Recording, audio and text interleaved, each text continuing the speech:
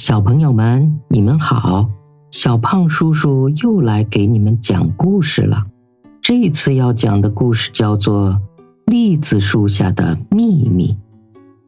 秋天来了，树林里一只小松鼠在收藏过冬的橡果，一只刺猬在寻找冬眠的地方，小鸟们在灌木丛里兴奋地叽叽喳喳地叫着。树林里到处都是好闻的味道。琪琪喜欢秋天，琪琪在找栗子，他最爱吃栗子了。栗子就藏在落叶的下面，栗子的外壳上长满了刺。他先用棍子撬开外壳，然后把栗子放进口袋里。他吃了一个，剩下的留着以后吃。可是接下来，他在一棵灌木下面找到了另外一样东西，一只松鼠闭着眼睛睡在地上。琪琪摸了摸松鼠那毛茸茸的尾巴和软乎乎的肚子，他很小心，怕吵醒松鼠。可是松鼠摸上去好凉啊！琪琪立刻用树叶把松鼠盖了起来。然后琪琪去找他的好朋友安妮，他们一起回到了松鼠的身边。嘘，琪琪小声说，他睡着了。松鼠一动不动地躺在那里。安妮觉得奇怪，他可能生病了吧？安妮说，也可能从树上摔下来，摔断了他的小爪子。那我们就来照顾它吧，琪琪说。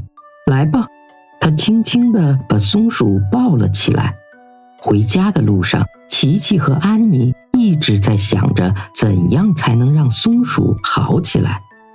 妈妈，我们在树林里发现了这只小松鼠，琪琪说。安妮说它不是生病了，就是摔断了小爪子。我们怎样才能让它好起来呢？妈妈看着琪琪怀里的松鼠。哦，你办不到了，孩子。妈妈说它已经死了。死了？琪琪吃惊地问道。他不明白这是什么意思。这只松鼠啊，已经很老了，从它的胡须就能看出来。你看，它的胡须已经变成了灰色。妈妈说道，等松鼠变得很老的时候，它们就会死。然后会怎么样呢？它们会去松鼠天堂。妈妈说道。琪琪想知道松鼠天堂在哪里。没人知道准确的位置。妈妈回答说，也许在上面的什么地方。他们死后去的地方和出生前住的地方都是同一个地方，他们在那一个地方会非常快乐。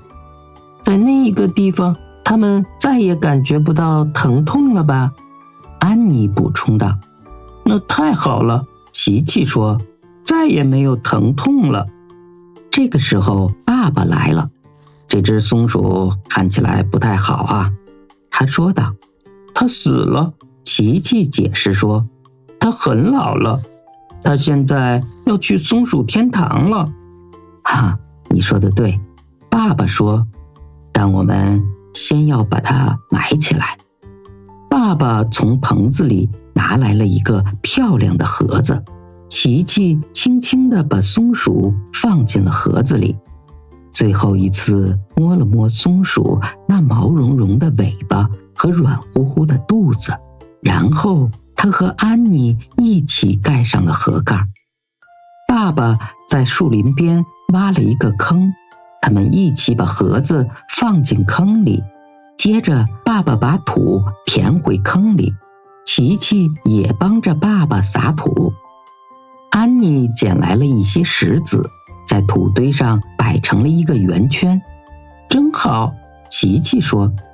非常漂亮，爸爸同意地说道。现在我们永远都不会忘记这只松鼠了。琪琪突然摸到了口袋里的栗子。看，他说，这是我先前找到的。真好吃，安妮说道。他们3个一边啃着栗子，一边往家走。快到家的时候，爸爸突然小声说道：看那一边，看那棵大松树上，你们看到了吗？松鼠！琪琪和安妮同时欢呼起来。一个美丽的橙色身影闪电般地穿过树丛，不见了。好了，今天的故事就讲到这里，小朋友们，欢迎你们明天再来哟，再见。